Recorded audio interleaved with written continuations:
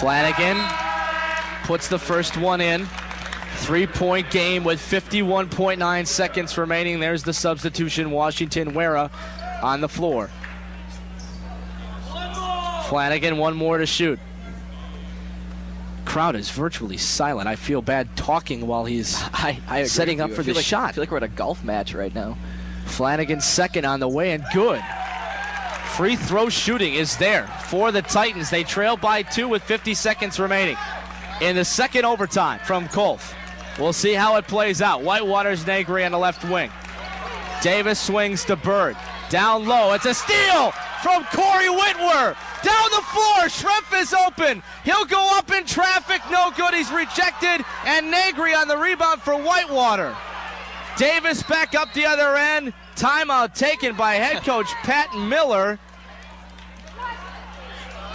27.1 seconds remaining. I thought that was the play that would have given Oshkosh that extra glimmer of hope they needed to tie that game back up at 86. But Brandon Schrempf could not capitalize. He could not. Great play by Kellner to get the steal. He read that pass so beautifully, kicked it up court to Schrempf, and he was underneath with an opportunity, made a nice play, jump stopped and pump faked, which you have to do as a shorter player, but unfortunately height prevailed there. I couldn't tell who got the rejection, but ball flew out of there like crazy, and I had to chuckle at the other end because Chris Davis was running down court with a full head of steam. Timeout was called from the Whitewater bench, and Davis sort of threw the ball up after the whistle blew, and it went in. So just sort of a little chuckle there as to how this game is going. Just absolutely crazy things happening, and now the Titans find themselves in a situation with 27 seconds left. Shot clock is dead, where they will probably have to foul in order to get the ball back if they don't get a quick steal. 86-84 Warhawks coming out of a timeout by head coach Pat Miller. Whitewater will have the ball back with the shot clock turned off at 27.1 seconds left in the game. So Oshkosh will need to foul quickly, or at least get a great defend on the inbound as Oshkosh retakes the floor. Washington, Wera, Whitwer, Schrempf, and Flanagan on the floor for Oshkosh. Negri will inbound it for Whitewater. They're all huddled over there on the far side. Interesting formation to come up for the Warhawks here. Negri, movement around the ball, will get it inbounded to Dantzler. And Whitwer with a quick foul on Dantzler. He'll go to the line to shoot 2 with 23.7 seconds remaining.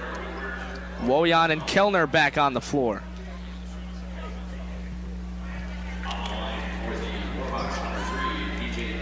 DJ Dantzler on the season is an 82.9% free throw shooter. We'll see if he can knock them both home for Whitewater. He gets the first one to trickle in. Hit the front iron and rolled over the top. 3-point game, Warhawks 87, Titans 84. This is the shot right here that defines the rest of the game. There's still enough time, I think, for the Titans to try to get a quick shot off and then foul again. So second free throw on the way. This one is good. So it remains a 4-point game. And Oshkosh will need a quick basket and foul and hope for a Warhawks miss. That's why that steal from Whitwer, Brandon, was so big. And for them not to capitalize on that now completely turned the tables. Absolutely. Kellner up the court far side. 20 on the game clock. Kellner passes, trying to get it to Schrempf. Goes off the back of the heel of Negri, and he maintains possession of the ball after that. Schrempf fouls him. This will pretty much do it with 15.7 left on the game clock. Man, it's unfortunate. The Titans have been in this game the whole time, never really had a firm grasp of it, coming from behind the whole time, and finally the door, it seems, has been closed on them here. 15 seconds remaining and a 4-point deficit. Negri, the first free throw is missed. But, with what we've seen tonight, Brian, I would not be surprised if the Titans found a way to somehow come back from this. Washington and Wera back on the floor for Woyan and Kellner. Negri second on the way, and it is no good. Rebound Flanagan, dishes to Whitwer. 13 on the game clock. Wera back to Whitwer, drives to the top of the key for 3. Hits it with 6.9 remaining. They need a quick foul. They haven't fouled yet. They get it on Dantzler. Wow. with 4.4 left. It's a 1-point game, and now a one-possession game, regardless of if Dantzler makes both or not.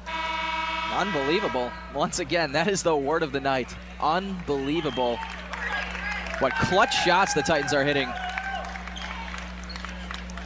So head coach Ted Van Dellen not taking a timeout, but having a little conference with his players, as Dantzler will likely take his first free throw here. 4.4 seconds remain. Warhawks 88, Titans 87. And now both teams back on the floor. I believe Shrimp may have fouled out on that last one. That would account for the stoppage in play. Yes, so now a decision time. There's a decision to be made here by head coach Ted Van Dellen.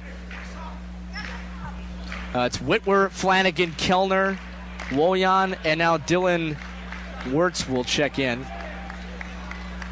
place of Schrempf. Wirtz has also taken some shots from the perimeter. Wirtz just a freshman, so it'll be interesting to see how he responds in a situation like this one. Dantzler tonight, 10 points and 3 of 4 from the charity stripe. He'll have to make them both to make it tough on Oshkosh. The first one is up and good. Woyan in for Washington, Wirtz in for Wera. Is this all she wrote for the Titans, or can they get it back to 3 OTs or possibly win it should Dantzler miss? Dantzler, the second is on the way. It is no good. Rebounded by Flanagan. Tosses it to Whitwer. 2 seconds left. Whitwer gets a shot off toward the basket. Oh. It's no good. Off the back iron. It's no good. Woyan nearly got a tip in there at the end, but the Warhawks pull off a heartbreaker at Colf. And Whitwer there in the closing seconds got about as good of a shot off as you can ask for. He's probably around at the spike line on the volleyball court, if you want to talk those terms. So about a 30-footer for him. You know, with that amount of time left, that's about as good of a shot as you can ask for. Unfortunately, just couldn't get that one to fall. Time ran out on the Titans. 89-87 is your final from Colf. An absolute thriller in the WIAC men's basketball contest that featured several players for Whitewater that came up huge in the second half. One to note is Antoine Bird, who had a 30-point day today. He was 11 of 16 from the field, 8 of 10 from the charity stripe. Missed his only three-pointer of the night that he took. But he finishes on top of the leading scorers with Chris Davis, who also had 30 points. A double-double for him, 13 rebounds, 12 of 21 from the field, 2 of 6 from long range, and 4 of 4 from the free throw line. So hats off to them. They played out they gave it their all in all. No doubt about it. You can't say enough about the production that the Warhawks got from Davis and Bird. Not so balanced, the scoring attack after those two. I'm not entirely sure they had anyone else in double digits even after those two, but when you get a performance like that, it's tough to lose a basketball game, especially when you shoot as well as the Warhawks did from the line and from the field.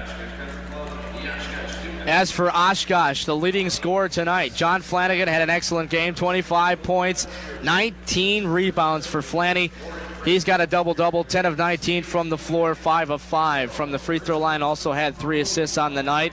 It was a tough game for Brian Washington, who was only 3 of 12 on the day. He was 5 of 6 from the free throw line, 11 points for him, 9 rebounds, 1 away from a double-double, and 2 assists. Corey Whitwer had an excellent second half, 5 of 12 from the field, 3 of 7 from long range, a 15-point day for him. Paul Woyan, 16 points, 4 of 5 from the field, 8 of 10 from the free throw line.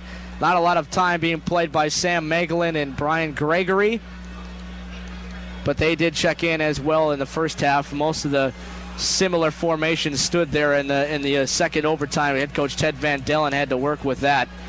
But a nail-biter here that finishes with another loss for Oshkosh, and a bad one as they now drop to 1-5 in the WIAC brand, and it's going to be a tough uphill battle to finish out the season. No doubt about it. And you got to believe in the Titans locker room right now, this one hurts for them as close as they were so many times, hitting so many big shots, whether it was Whitwer or Shrimp in the late seconds, especially Shrimp.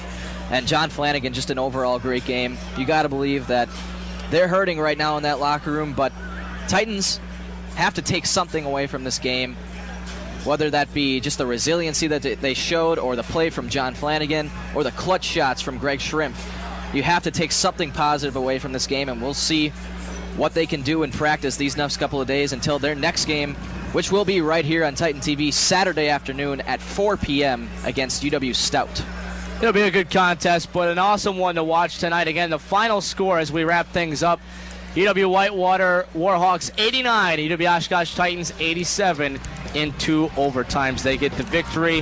Whitewater advances to 3-3 in conference, 10-5 overall. Oshkosh falls to 6-8 overall and 1-5 in the WIAC. For Brandon Kinnard, I'm Brian Schultz. Thank you for watching Titan TV Sports Channel 66 and listening to 90.3 WRST FM Oshkosh. Have a good night's rest after this one, folks, and we'll see you next time. So long, everybody. You're listening to 90.3 WRST FM Oshkosh.